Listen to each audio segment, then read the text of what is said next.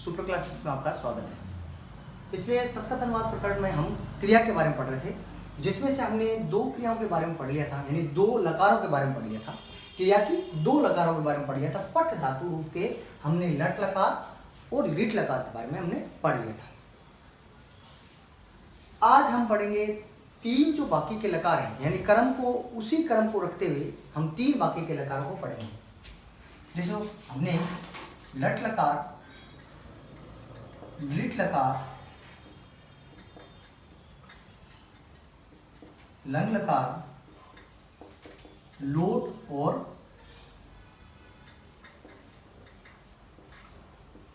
विधिली, ये तीन लकारों के बारे में हमने पढ़ा था। तो हमने दो लकार तो हमने समझ लिए थे। आज हम लंग लकार के बारे में समझेंगे। देखो, लंग लकार, लंग लकार मतलब भूतकाल, भूतकाल मतलब न होना, ऐसे समझ सकते हो।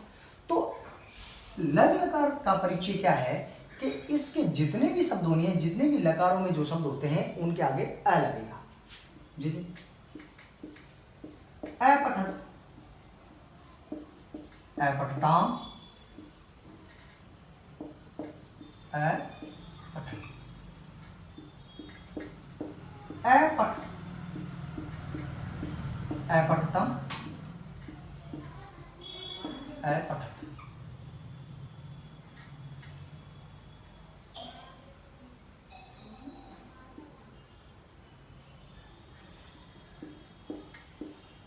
अपठम, अपठ, अपठाव, पठाव और अपठाव।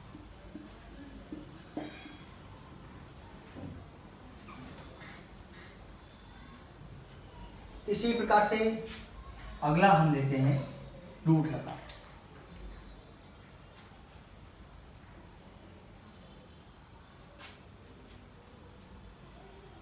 प्रथम पुरुष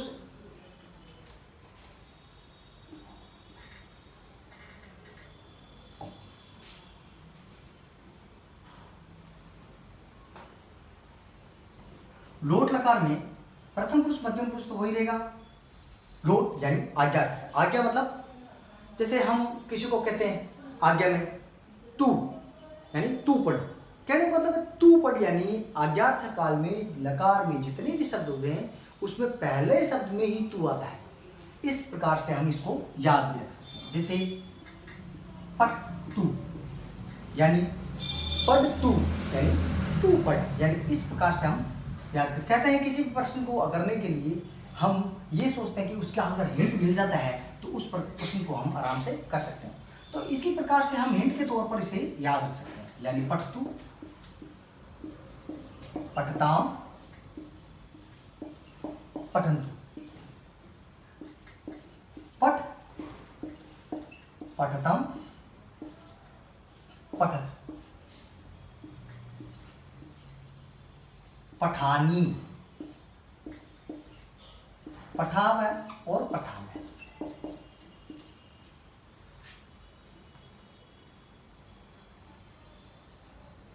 इसी प्रकार से अगला हम लेते हैं विधिल लकार। विधिल लकार में, विधिल लकार का मतलब होता है चाहिए अर्थकाल, यानी इसका हिंट हम ये ले सकते हैं कि चाहिए ए, यानी हम चाहिए में क्या आ रहा है, अंत में ए, यानी इस लकार में जितने भी शब्द होंगे उन शब्दों में ए का उच्चारण होगा, यानी ए की मात्रा इन शब्दों में आएगी। तो इससे हम पहचान कर सकते हैं ये कौन से लकार का। ये भी एक तरीका है याद रखने का। तो हम किसी भी शब्द को याद रखने के लिए सबसे बढ़िया तरीका मैं ये मानता हूं कि या तो उसे तुलना में याद रखा जाए या उसे अंतर के तौर पर, यानी अंतर को देखकर याद रखा जाए। क्योंकि कहते हैं किसी भी शब्द के बारे में या किसी भी वस्तु के बारे में, चीज के बारे में हम पहली बार पढ़ते हैं या जानते हैं तो वो चीज ज्यादा याद रहती है। तो उसे इस प्रकार से पढ़ो कि वो चीज ज्यादा याद है, या हिंट के तौर पर पढ़ो। पहले विधिल लकार को हम लिखते हैं ए के तौर पर पठे, ए पठे, यहां अनंत आएगी, पठेत, पठिताम, और पठेयु।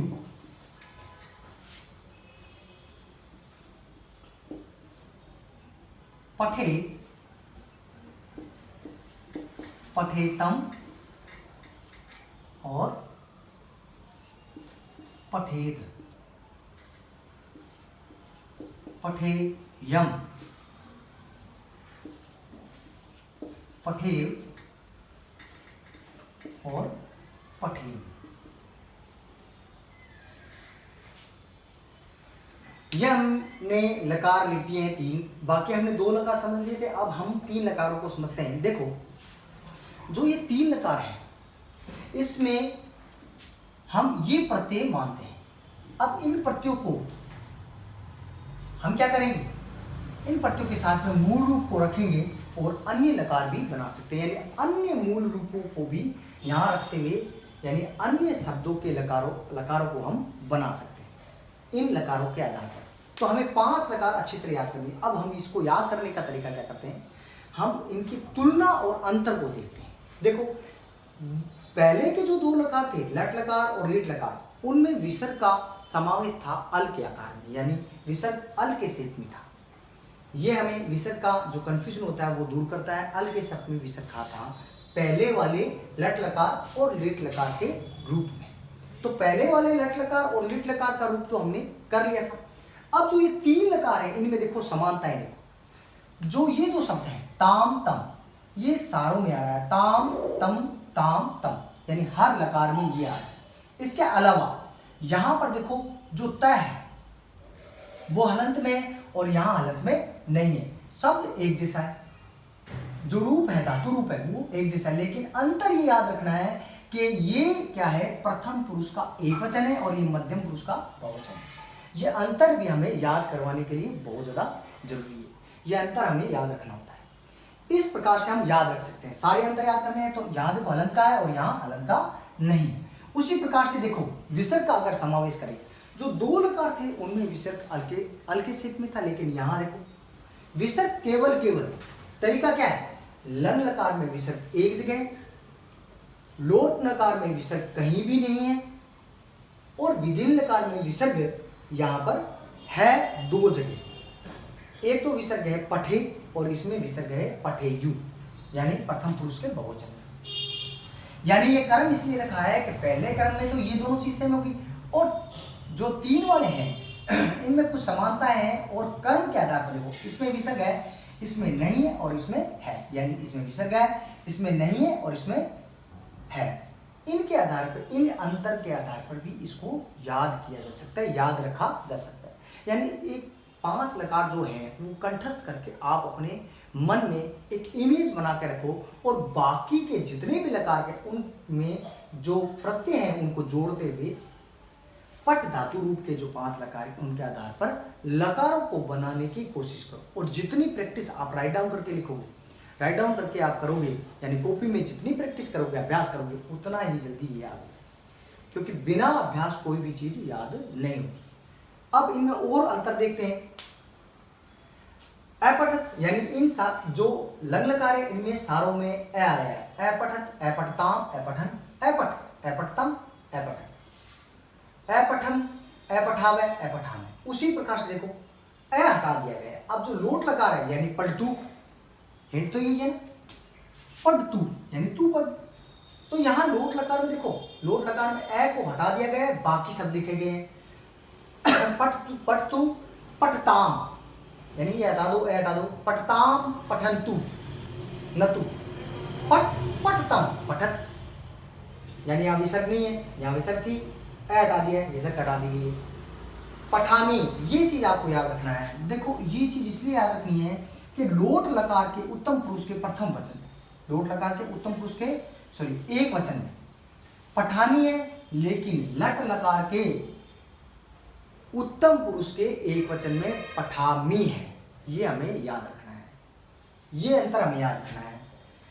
जो लट लकार के उत्तम पुरुष के, लट लकार के उत्तम पुरुष के एक वचन में पठामी है और यहाँ पठानी है लोट लकार में। ये हमें अंतर याद है। ये 5 लकार बहुत छोटा है, पांचों लकार साथ में लिखकर आप अंतर को देखें और याद करें। एक लकार अगर ढंग से याद होता है तो आप और लकारों को बना सकते हैं। कैसे, वो हम समझाएंगे। पठानी पठावे पठामे, यानी ए को हटा दिया है, ए को हटा दिया है, पठावे पठामे, ये देखो। इसी प्रकार से विधिल लकार में एक ही मात्रा यानी चाहिए, पठेत पठेताम पठेयु, यहाँ पर अंतर को याद रखना है। यहाँ पठेयु है बहुवचन में, ठीक है, यू यहाँ आया है। और पठे पठितम पठेत, पठे पठितम पठेत, यहाँ विसर्ग है। अब पठेयम, यमराज जी अंत में है, तो पठेयम यानी पठे, उत्तम पुरुष के एक में पठेयम। और यहाँ क्या है देखो, अपठम, केवल पठम म है, उत्तम पुरुष के एक वचन है, अपठम, ए के साथ में पठम है खाली, और यहाँ पठेयम, तो यानी विधिल लकार का है, यानी चाहिए काल, चाहिए यानी एक के हिसाब से ये सारा जो लकार है वो इस प्रकार से एक ही मात्रा है, ये इसकी पहचान भी है।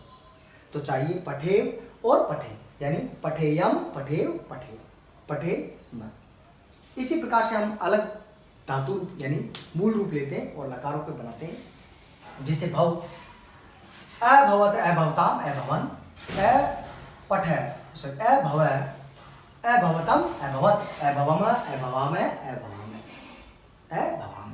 उसी प्रकार से लोट लकार का बना है, भवतु भवताम भवन्तु भव भवतम भवत भवानी भवावय भवाम। उसी प्रकार से विधिल लकार को बनाए, भवेत भवेताम भवेयु भवे भवेतम भवेत भवेयम भवेव भवेम। उसी प्रकार से खाद का अगर बनाना चाहे, खादत खादताम खादन ए खादव ए खाद द ए खाद है खादतम ए खादत ए खाद म ए खादम ए खादाव ए खादाम, खादतु खादताम खादन्तु खाद खादतम खादत खादानी खादाव खादाम। उसी प्रकार से खादेत खादताम खादेयु खादे खादतम खादेत खादयम खादेव खादे।